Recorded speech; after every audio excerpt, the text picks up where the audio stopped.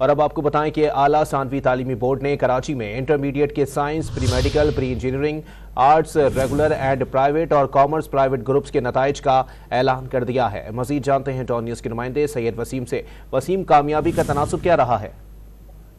जी बिल्कुल, देखें, आला सानवी तालीमी बोर्ड कराची के तहत जो है वो इंटरमीडिएट के प्राइवेट के हवाले से कॉमर्स और उसके साथ जो कॉमर्स रेगुलर है, इसी के साथ साथ प्री इंजीनियरिंग रेगुलर और प्री मेडिकल और इसके साथ साथ आर्ट्स के जो तलबा हैं, ये तमाम जो मुख्तलिफ बिहेवियर थे इनके मज़ामीन में जो है वो नताइज का ऐलान कर दिया गया है। आला सानवी तालीमी बोर्ड कराची के तहत कॉमर्स प्राइवेट ग्रुप में इल्सा बिनते राहिल ने पहली पोजीशन हासिल की है, जबकि दूसरी पोजीशन जहरा मोहिब ने हासिल की है।